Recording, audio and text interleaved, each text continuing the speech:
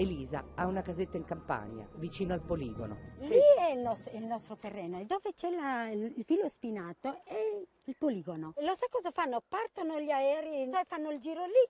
Praticamente a volte mi devo anche inchinare perché ho paura che mi cadano in testa. È come se c'è una guerra. Ci viene una specie di stress la notte, sentire tutto questo rimbombo, poi senti boom. Ma per tutto l'inverno è così? Sì.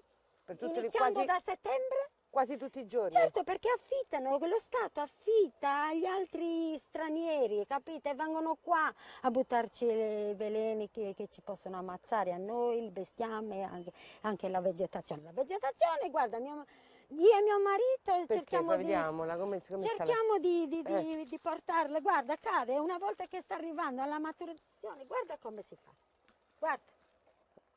Guarda, là ce n'è per terra, non possiamo mangiare più una frutta. La vegetazione Samodizia è questa, quel cespuglio là, sì. il mirto. Sì. Il mirto.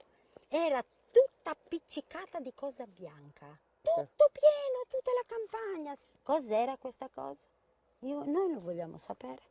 Mio marito ha lasciato il lavoro da quando ne aveva 58 anni, era un muratore specializzato, una piccola ditta, però lui era bravo. Ha dovuto lasciare tutto, il crollo sia del lavoro e il crollo della malattia. Quanti anni è che sta combattendo con malattia? Io sono andando 15 anni. 15 anni? Sì, dal 98. Qui ce ne sono molti di malati qui attorno. Certo, tutti. Tutti? Questi qua sono morti di quella malattia. Di questa casa? Sì, erano tre mi sembra. Quindi tutti attorno qui?